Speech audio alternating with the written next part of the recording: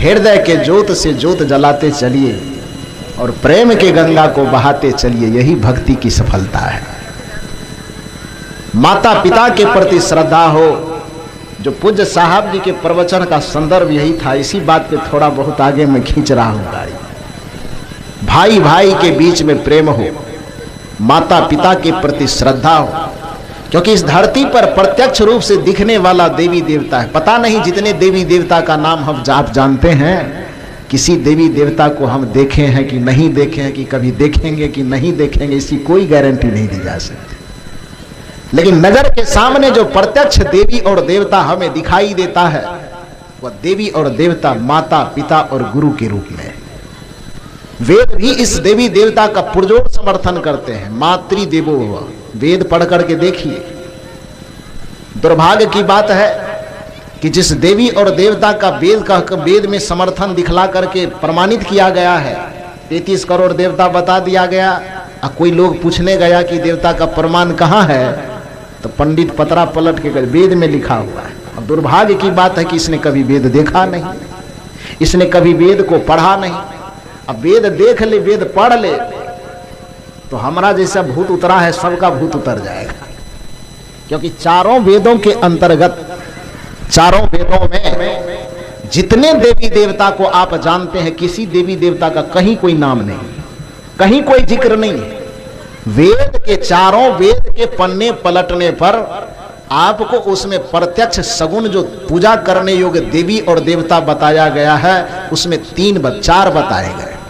4 वेद में 4 देवता जिसकी पूजा करनी चाहिए वो बताया गया। किसका किसका? मातृ देवो भव, ये वेद का मंत्र है। क्या है? मातृ देवो भव, माता देवी है।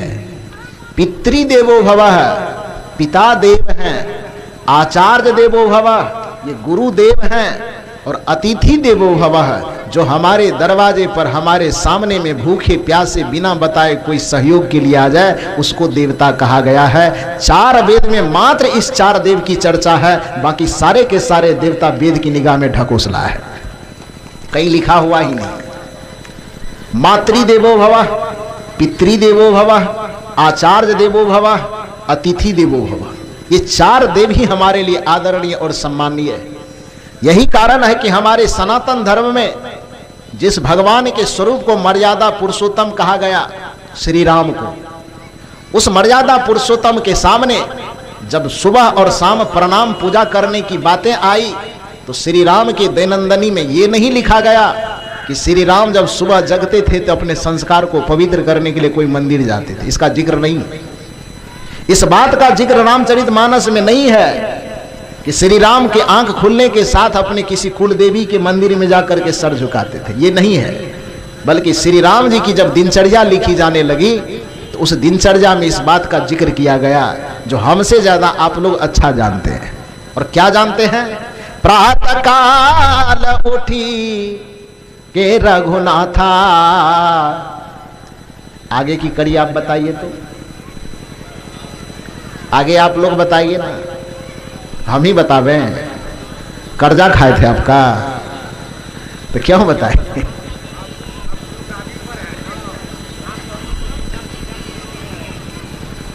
सब बात हम ही से पूछिएगा, क्यों पूछिएगा?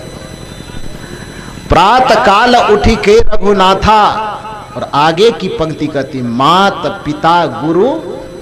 ये काम कौन करते थे? ये काम कौन करते थे? जिसको हम भगवान कह करके पूजा करते हैं, भगवान ही वह काम करते थे। श्री राम एक साधारण व्यक्तित्व से भगवान की ऊंचाई तक पहुंचे, तो भगवान की ऊंचाई तक पहुंचने में जिस देवता की पूजा उन्होंने किया, उस देवता की पूजा का जिक्र उसी रामचरितमानस में है कि श्री राम अपने माता पिता और गुरु की पूजा करके भगवान बन गए। और हम भक्ति करने वाले लोग, भगवान के भक्त कहलाने वाले लोग, माता पिता और गुरु की तरफ से नजर फेर करके खुट्टा ईटा बांस गाड़ करके उसके सामने दिन रात सर झुकाते हैं, और हम भक्त होने का दावा करते हैं। और यदि ये कोई ज्ञानी, यदि कोई विचारवान यदि यह बात कहता है, तो कहते हैं तो भगवान का विरोध करता है। यदि यह बात कहता है तो देवी देवता को मानवे नहीं करता है, कि देवी देवता का विरोध करता है। कैसे विरोध करते हैं? देवी देवता का समर्थन हम करते हैं कि देवी देवता का विरोध हम करते हैं? देवी देवता का विरोध सदगुरु कबीर करते हैं कि वो समर्थन करते हैं? वस्तुतः सच्चे जो देवी हैं, जो सच्चे देवता हैं, उसका विरोध कबीर साहब नहीं करते हैं, बल्कि सच्चे देवी और देवता को जो आप लोगों ने उखाड़ करके फेंक रखा है, कबीर साहब सच्चे देवी और देवता की मान्यता को स्थापित करना चाहते हैं। यही सदगुरु कबीर का संदेश है। कबीर साहब वेद में वर्णित देवी देवता का वर्णन कर रहे हैं। कबीर साहब भगवान के द्वारा माने जाने वाले देवी देवता का समर्थन। कबीर राम ने माता पिता और गुरु को भगवान माना, जिसके कारण जब प्रातः काल उठते हैं तो पहला काम वो क्या करते हैं? प्रातः काल उठी के रघुनाथा, माता पिता गुरु ना वही माथा। माता के चरण में, पिता के चरण में और गुरु के चरण में जाकर के अपने शीश को झुकाते हैं। पूछा गया श्री राम से कि माता पिता और गुरु के चरण में आप शीश क्यों झुकाते? श्री राम ने मनुस्मृति का उदाहरण लेते हुए कहा, महर्षि मनु ने कहा है कि माता पिता की सेवा, माता पिता की पूजा, माता पिता की उपासना इसलिए करना चाहिए।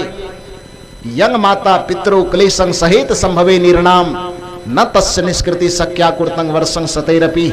कि एक माता पिता को बाल बच्चे जन्म देने में, उस बच्चे का पालन पोषण करने में, उसको पढ़ा लिखा करके विद्वान महान चरित्रवान बनाने में माता पिता के जो पसीने की लागत है, यदि वह बच्चा 100 वर्ष तक अपने माँ बाप के तरवा में सरसों का तेल रगड़ करके उसके कर्जा से मुक्त होना चाहे तो भी माँ बाप के कर्जे से वह बच्चा मुक्त नहीं हो सकता है।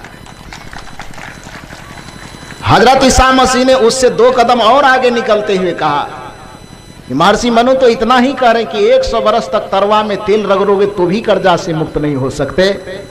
हजरत ईसा ने 2 कदम और आगे निकलते हुए कहा, ए दुनिया के लोगों, तुम्हारे माता पिता का प्रत्यक्ष उपकार तुम्हारे ऊपर इतना है, अपने खून को जला जला करके तुम्हारे जीवन को पालने में, पोसने में, बड़ा बनाने में जो उन्होंने अपने खून और पसीने को जलाया है, यदि उस माता पिता के कर्जा से मुक्त होने के लिए अपने शरीर के चमड़े को छील करके इसका जूता बना करके माँ बाप को पहनाओ और रोड पर टहलाओ, उसके बावजूद भी तुम माता पिता के कर्जे से मुक्त नहीं हो सकते हो। इतना बड़ा उपकार उसका है जो प्रत्यक्ष हमें दिखाई देता है। माता देवी, पिता देव, गुरु देव, इसकी अवहेलना करके और बाकी देवी देवता के पूजा में यदि हम उलझते हैं तो फिर कबीर साहब को विरोध के लिए खड़ा होना पड़ता है। मजबूरी है उसकी, लाचारी है कि खड़ा होना पड़ेगा। तो यदि आपके अंदर सत्संग उतरेगा तो राम का यह गुण आपके अंदर आना चाहिए। यदि सत्संग आपके अंदर उतर रहा है तो कृष्ण का यह गुण आपके अंदर आना चाहिए। राम ने अपने माता पिता और गुरु का आदर किया था, आप भी कीजिए। राम के अंदर गुरु का ज्ञान उतरा था तो माता पिता का आदर करने के साथ एक गुण का और विकास हुआ था। कौन सा? उसी रामचरितमानस की पंक्ति है, आया सुमांग करही पुर काजा। ये रामचरितमानस की पंक्ति है ना।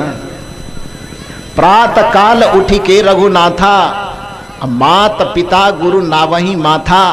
इतना करने के बाद फिर आगे की क्रिया राम जी क्या करते थे? प्रणाम कर लेने के बाद फिर गुरु के सामने, माता के सामने, पिता के सामने हाथ जोड़ करके खड़े हो जाते थे। इतने काम आप कीजिए, छोड़ दीजिए कबीरपंथी होना, रामे के भक्त होइए ना थोड़ा सा।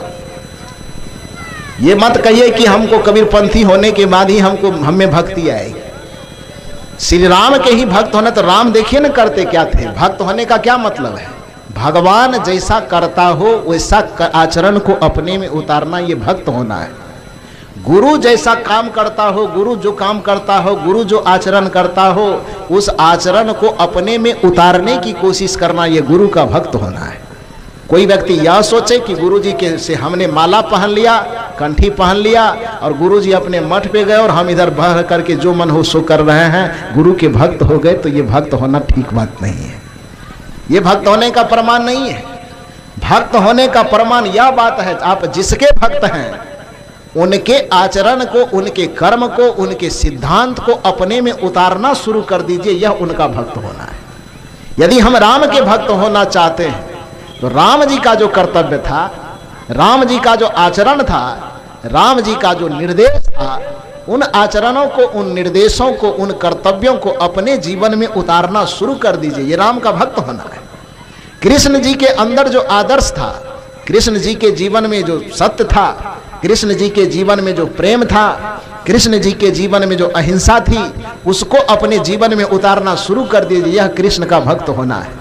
सदगुरु कबीर के अंदर जो त्याग था, सदगुरु कबीर के अंदर जो आडंबर के प्रति लड़ने की दृढ़ इच्छा थी, सदगुरु कबीर के अंदर जो मानवतावाद था, सदगुरु कबीर के अंदर जो सत्य, प्रेम और करुणा के प्रति स्वाभाविक ललक थी, उन भावों को आप अपने आप में उतर जाने दीजिए। आप कबीर के सच्चे भक्त हो जाएंगे।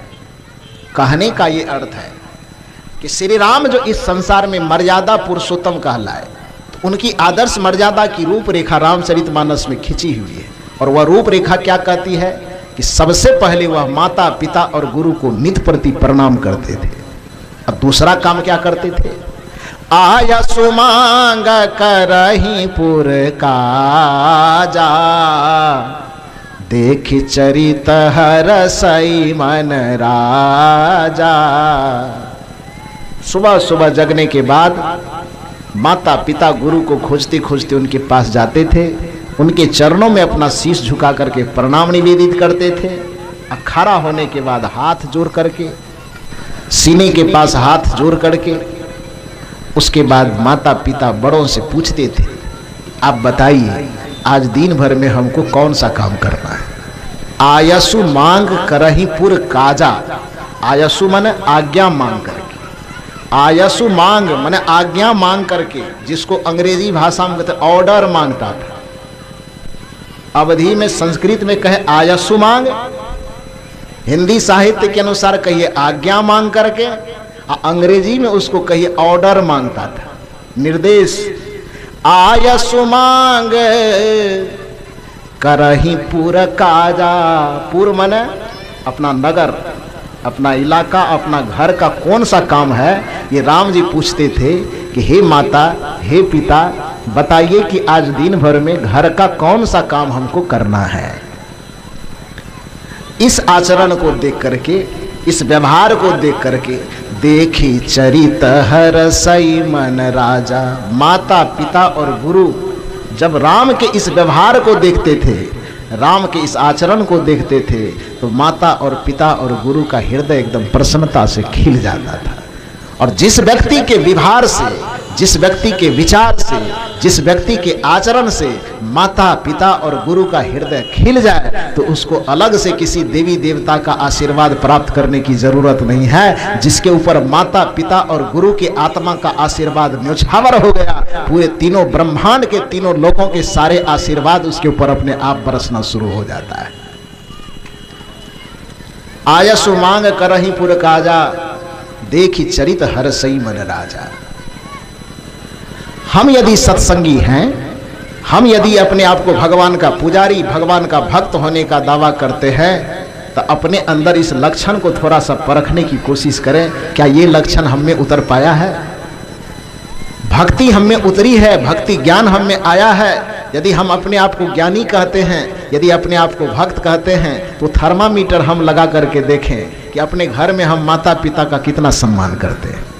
वो थर्मामीटर लगा करके देखें कि हम अपने भाई का कितना सम्मान करते हैं। वो थर्मामीटर लगा करके हम देखें कि अपने गुरुजनों का, अपने बड़े जनों का हम कितना सम्मान करते हैं। यदि करते हैं तब तो यह मानिए कि आप पे सत्संग का प्रभाव है। यदि ऐसा करते हैं तब मानिए कि आपके ऊपर धर्म का प्रभाव है। यदि आप ऐसा करते हैं तब मानिए कि आपके ऊपर ज्ञान का, आपके ऊपर ध्यान का प्रभाव है। और यदि आप ऐसा नहीं करते हैं तो तब चाहे आप कितना दिन सत्संग में बैठते हैं, कितना देर आंख मूंद करके बैठते हैं, ये सारा बैठना, सारा आंख मूंदना बेकार चला जाएगा। इस बात को मानने के लिए आप स्वीकार करने के लिए तैयार हो जाइए, क्योंकि कहा गया है जिसके दिल में दया का खजाना नहीं, राम का नाम लेने से क्या फायदा।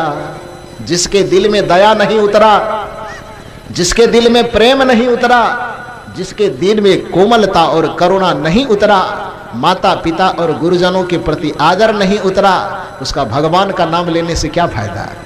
जिसके दिल में दया का खजाना नहीं, राम का नाम लेने से क्या फायदा।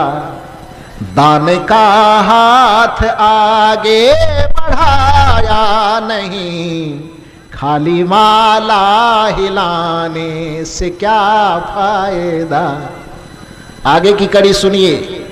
मैं तो मंदिर गया, पूजा आरती की, पूजा करते ही मन में ख्याल आ गया। एक मंदिर में गया, पूजा की, घंटी बजाया, आरती की और मन में ख्याल आया। क्या ख्याल आया? गौर से सुनिए। मैं तो मंदिर गया, पूजा आरती की, पूजा करते ही मन में ख्याल आ गया। कभी माँ बाप की सेवा की ही नहीं, ये ख्याल आया दिमाग में। हाथ तो घंटी डोला रहा है, हाथ आरती दिखा रहा है और दिमाग में ख्याल आया। मैं तो मंदिर गया, पूजा आरती की, पूजा करते ही मन में ख्याल आ गया। कभी माँ बाप की सेवा की ही नहीं, सिर्फ गंगा नहाने से क्या फायदा। जिसके दिल में दया का खजाना नहीं, राम का नाम लेने से क्या फायदा। जिसके दिल में दया का खजाना नहीं, जिसके दिल में प्रेम का खजाना नहीं, जिसके दिल में माता पिता के प्रति आदर का खजाना नहीं, वो भगवान का नाम लेने से, भगवान के सामने घंटी डोलाने से क्या फायदा, उसको गंगा नहाने से क्या फायदा। दूसरा उदाहरण सुनिए। जिसको मतलब है बस अपने आराम से, दूसरों की मुसीबत से क्या वास्ता। जो व्यक्ति इतना स्वार्थी हो गया है केवल हम मौज में रहे, बाकी जाए एकदम चूल्हा के भट्टी में, किसी से हमको क्या मतलब है। हम मौज में रहें, बाकी माँ बाप दुनियादारी चूल्हा फूकने जाए, उससे हमको क्या लेना देना है। जिसके अंदर यह स्वार्थपूर्ण भावना है, विचारक इसमें कहते हैं, जिसको मतलब है बस अपने आराम से, दूसरों की मुसीबत से क्या वास्ता। दूसरे की मुसीबत से क्या लेना देना, दूसरे की परेशानी से क्या लेना देना। विचारक कहते हैं, जिसको मतलब है बस अपने आराम से, दूसरों की मुसीबत से क्या वास्ता। जिसको सत्संग से बोध आया नहीं, ये सत्संग सुनने के बाद भी जिसको यह ज्ञान नहीं आया, जिसके अंदर यह विचार पैदा नहीं हुआ, जिसको सत्संग से बोध आया नहीं, उसको मानव कहाने से क्या फायदा। जिसके दिल में दया का खजाना नहीं, राम का नाम लेने से क्या फायदा। दान का हाथ आगे बढ़ाया नहीं, खाली माला हिलाने से क्या फायदा। जिसके दिल में दया का खजाना नहीं, राम का नाम लेने से क्या फायदा। तो जिसके दिल में दया का खजाना पैदा नहीं हुआ, जिसके दिल में प्रेम का खजाना पैदा नहीं हुआ, जिसके दिल में माता पिता और गुरुजन के प्रति श्रद्धा का अवतरण नहीं हुआ, उसके सत्संग में जाने से, उसके ध्यान लगाने से, उसके पूजा करने से, उसके मंदिर में जाने से क्या फायदा है। कहने का अर्थ यह है कि पूरे प्रवचन का संदर्भ अभी इसी बात पर चल रहा है कि धर्म हमारे जीवन में उतरा है कि नहीं उतरा, इसकी क्या पहचान है। सत्संग हमारे जीवन में उतरा है कि नहीं उतरा है, इसकी क्या पहचान है। अध्यात्म ज्ञान और ध्यान हमारे अंदर अभी उतरा है कि नहीं उतरा है, इसकी क्या पहचान है? तो इसकी जो थोड़ी बहुत पहचान हो सकती है वह पहचान यह है कि यदि आपके अंदर सत्संग, धर्म, पूजा पाठ, ध्यान, भजन उतर गया है तो इसके बाहरी लक्षण यह होंगे कि आपके हृदय में, आपके हृदय से दया का प्रवाह होगा, प्रेम का प्रवाह होगा, श्रद्धा का प्रवाह होगा, प्राणियों के प्रति करुणा का प्रवाह होगा और आपका मन बाहर से उचट करके अंतर्मुखी हो जाएगा। बाहर के विषयों से छूट करके अंतर्मुखी होकर के ध्यानस्थ होगा। भीतर में ध्यान और बाहर में प्रेम यदि यह झलकने लगे आपके जीवन में तो समझ जाइए कि आपके अंदर धर्म का वृक्ष धीरे धीरे फलने फूलने लगा है। यदि भीतर में ध्यान के प्रति अभिरुचि हो और बाहर में श्रद्धा, प्रेम और करुणा का अवतरण हो जाए तो समझना चाहिए कि अब मेरे अंदर भक्ति का बीज पनपने लगा है। समझ लेना चाहिए कि अब हमारे अंदर सत्संग फलने फूलने लगा है। और यदि ऐसा नहीं है तो फिर आप में कुछ न कुछ कमी है। उस कमी को ढूंढ करके निकालिए, उस कमी को दूर बहाइए और अपने सत्संगमय जीवन को, धर्ममय जीवन को, अध्यात्ममय जीवन को फलने फूलने का एक अवसर दीजिए। तो सज्जनों मेरे, मैंने कहा कि अभी जो इस मंच के माध्यम से चर्चा हो रही थी कि प्रेम आपके जीवन में उतरना चाहिए।